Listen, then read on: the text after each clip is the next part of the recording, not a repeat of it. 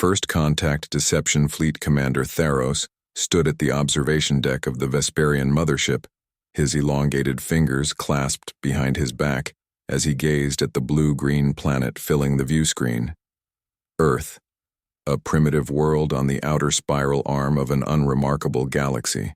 His amber eyes with vertical pupils that expanded in the dim lighting narrowed as he considered the upcoming conquest.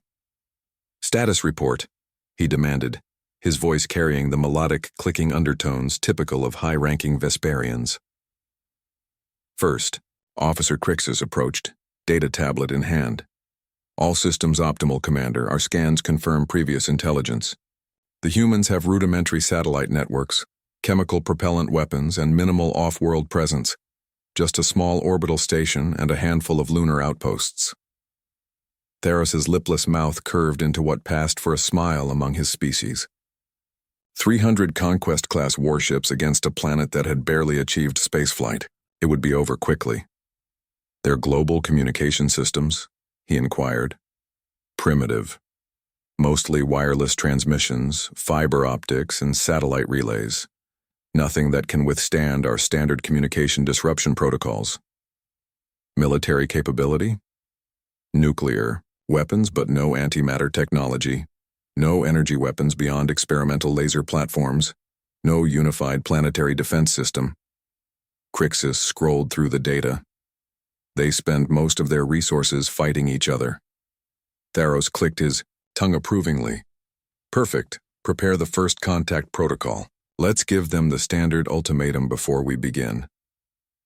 Thousands of kilometers below, in a facility buried deep beneath the Rocky Mountains, Dr. Elena Santos watched multiple screens displaying the massive alien fleet that had appeared in orbit around Earth. Her dark eyes reflected the glow of the monitors as she studied the formation patterns of the vessels. "They're positioning for standard orbital dominance," she observed, her voice calm despite the circumstances. "Just as we predicted." General Harris, a weathered man with close-cropped silver hair, stood beside her. "How long until they make contact?" "Based on previous patterns observed with other civilizations? Within the hour." Elena tapped a series of commands into her console. "All systems are ready. Operation Trojan Horse is in position." The general nodded grimly. 20 years of preparation. Let's hope it's enough." "It will be," Elena replied, her confidence unwavering. "They see exactly what we want them to see." The first message from the alien fleet came exactly as Elena had predicted. It appeared simultaneously on every screen, broadcasting station and communication device on Earth. Commander Theros's alien features filled displays worldwide as he delivered his message in perfect English. "People of Earth, I am Fleet Commander Theros of the Vesperian Dominion. Our empire spans 1,000 worlds across 3 galaxies. We have observed your civilization and determined it is ready for integration. Surrender your planetary governance to our authority, and your transition will be peaceful. Resist, and we will be forced to demonstrate our technological superiority. You have 6 Earth hours to comply." The transmission ended, leaving billions in panic. In the underground command center, Elena didn't panic. Instead, she initiated a secure video conference with 32 similar facilities around the world.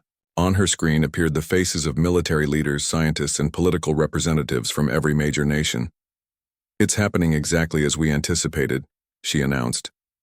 "They're following the standard Vesperian conquest protocol that we've observed them using on Proxima B and the Tau Ceti colonies." "Are our deception measures holding?" asked President Chen of the United Earth Alliance. "Completely," Elena confirmed. "Their scans are only detecting what we want them to see. Outdated satellites, minimal defenses, disorganized military responses. Operation Trojan Horse remains undetected. Then we proceed as planned," President Chen declared. "Initiate Phase 1. In orbit, Commander Theros watched with satisfaction as Earth's nations appeared to scramble in disarray. Military aircraft took flight, missile silos opened, and emergency broadcasts cluttered the communication channels. It was the typical chaos of a pre-unification civilization facing its first extraterrestrial contact. "Their response is fragmented," Crixus reported. Some nations are calling for immediate surrender, others for resistance. They have no unified command structure. As expected, Theros replied, prepare the demonstration strike. Target their largest military installation in the region they call North America. Minimal force, we want submission, not annihilation. Yes, Commander. A single Vesperian warship detached from the fleet, descending into the atmosphere. Its sleek, silver-blue hull reflected the sunlight as it positioned itself over the Nevada desert. Energy readings spiked as its main weapon charged. In the command center, Elena watched the approaching ship on her monitors. They've taken the bait, she said quietly. Prepare Hammerfall defense grid. Hold until my mark. The alien warship fired. A brilliant beam of blue-white energy lanced downward, striking what appeared to be a major military base. The explosion was spectacular, sending a mushroom cloud of dust and debris skyward. On the Vesperian command ship, Theros watched the display with satisfaction. Excellent. Now broadcast to their leaders. Tell them that was merely 1% of a single ship's capability. Before the transmission could be sent, alarms blared across the command deck. Commander, Crixus called out, confusion evident in his voice. The target. It wasn't real. What? Theros strode to the tactical display. Our sensors indicate the base was empty. Just structures, no personnel, no actual weapon systems. It appears to have been a decoy, Theros finished, a chill of uncertainty running through him for the first time. At that moment, Earth responded. From what had appeared to be ordinary telecommunications satellites, panels slid open, revealing advanced weapon systems that had been carefully disguised. From the lunar surface, concealed launch bays activated, sending hundreds of unmanned combat vehicles toward the Vesperian fleet. Impossible, Crixus whispered. Our intelligence indicated they had no such technology. Theros stared at the incoming attack force, comprehension dawning. We've been deceived. In the command center, Elena gave the order. Execute Hammerfall protocol. Full spectrum deployment. Around the planet, hidden defense systems activated, simultaneously. What the Vesperians had scanned as primitive communications arrays revealed themselves as advanced energy weapon platforms.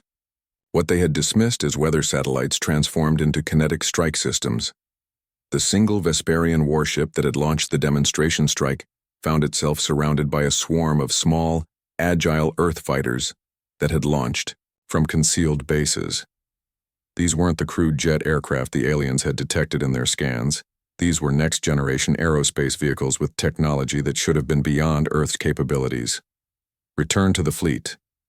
Theros commanded as the situation rapidly deteriorated. All ships' defensive positions. But it was too late for the demonstration ship. The Earth fighters deployed what appeared to be energy weapons, technology the Vesperians had been certain humans didn't possess.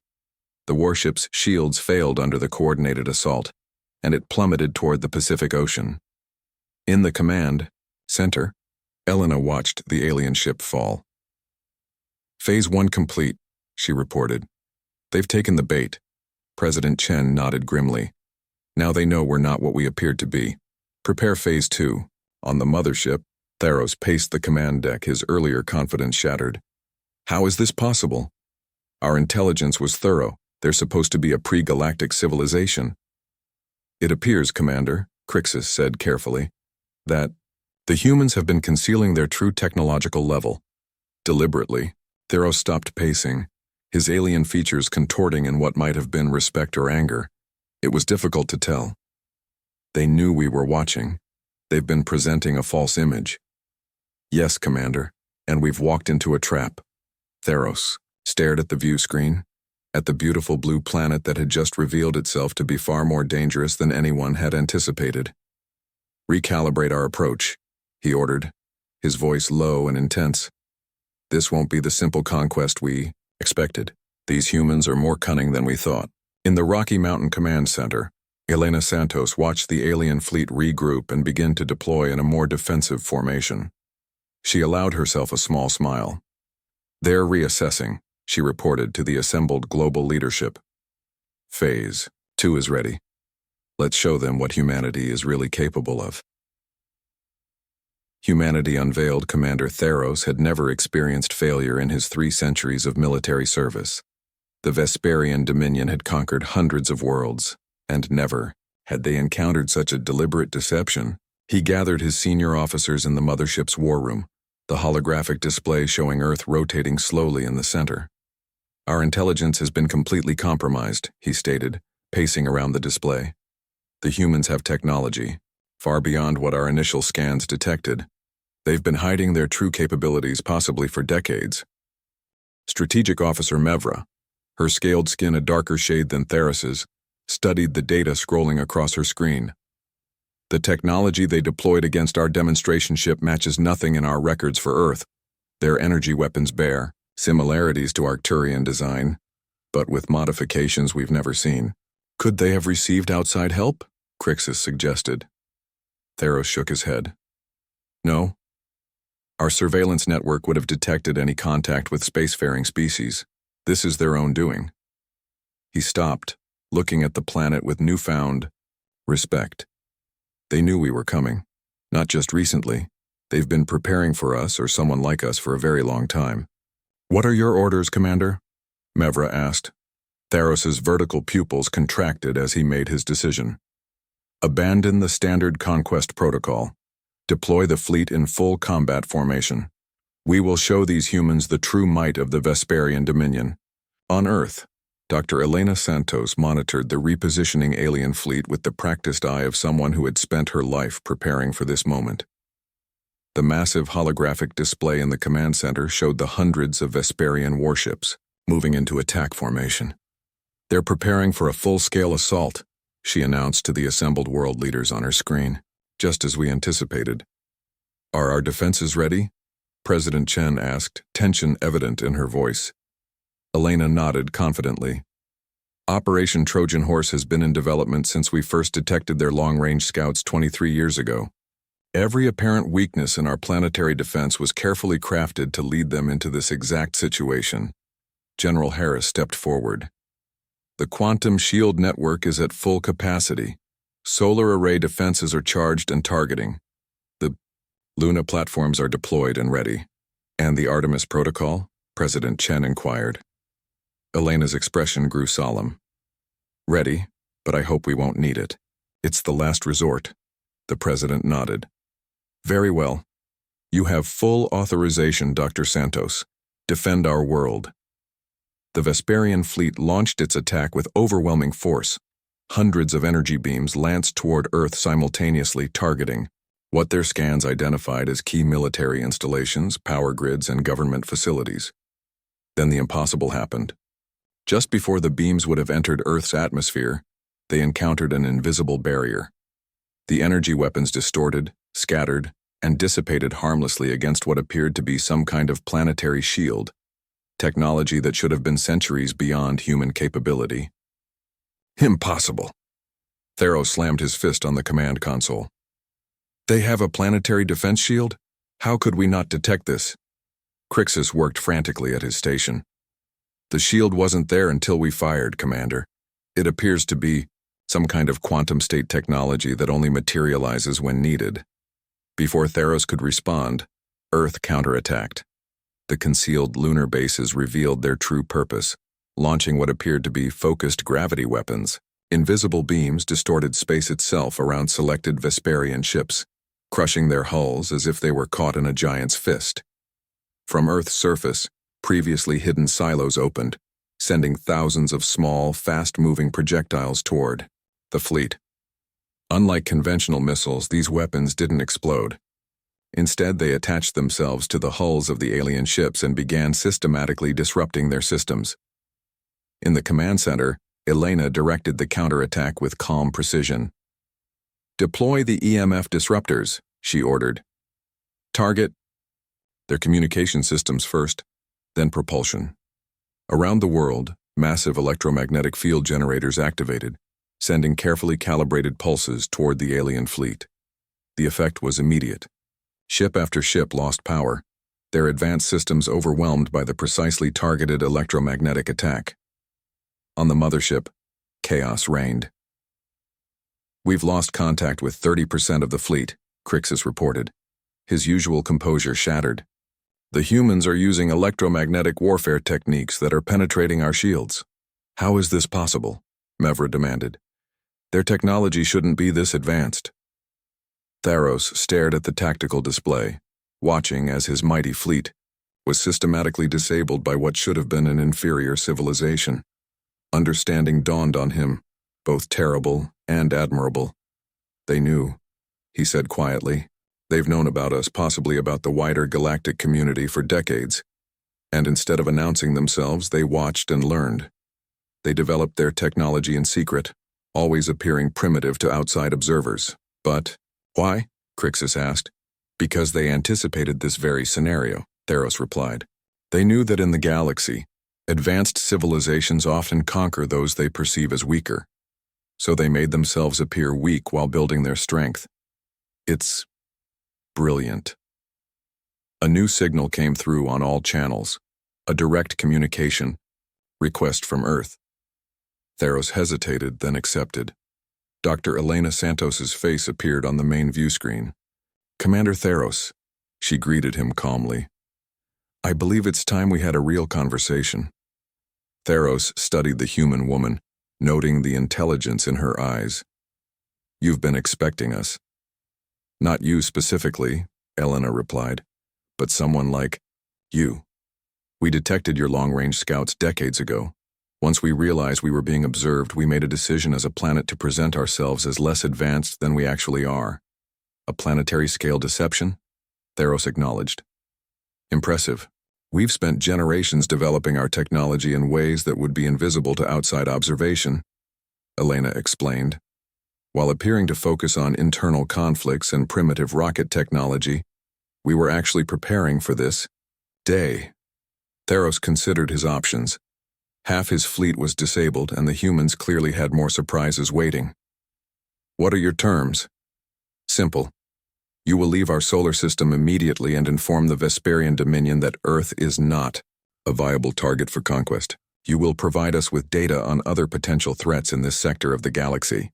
And if I refuse," Elena's expression didn't change, "then we activate the Artemis Protocol, the quantum disruption technology we've deployed against some of. Your ships would be scaled up to affect your entire fleet.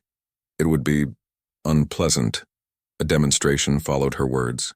3 disabled Vesperian ships began to glow with an eerie blue light, their molecular structure visibly destabilizing before they dissolved completely into constituent atoms. The command deck fell silent. Such technology was beyond even Vesperian science. Theros made the only decision he could. "I accept your terms." 24 hours later, the remaining Vesperian fleet prepared to depart Earth orbit. Commander Theros had one final communication with Dr. Santos. "You realize this isn't over," he said. "There are other species, other empires in the galaxy who may come for Earth." Elena nodded. "We're counting on it. That's why we're sending representatives back with you, diplomats who will establish Earth's position in the galactic community." "As what? A potential conquest?" Theros asked with what might have been the Vesperian equivalent of a smile. "No," Elena replied confidently. "As equals, and as a warning to those who might think as you did, that less obvious technological development means weakness." As the alien fleet departed, leaving behind diplomatic vessels and the beginning of formal relations, Elena stood at the window of the now revealed orbital command station, looking down at the beautiful blue planet below. General Harris joined her. "Do you think they'll respect the agreement?" "They will," Elena said confidently. "We've shown them something they've never seen before, a civilization that valued wisdom over obvious power, preparation over display, and deception over confrontation, until the right moment. Humanity's greatest strengths," the general agreed.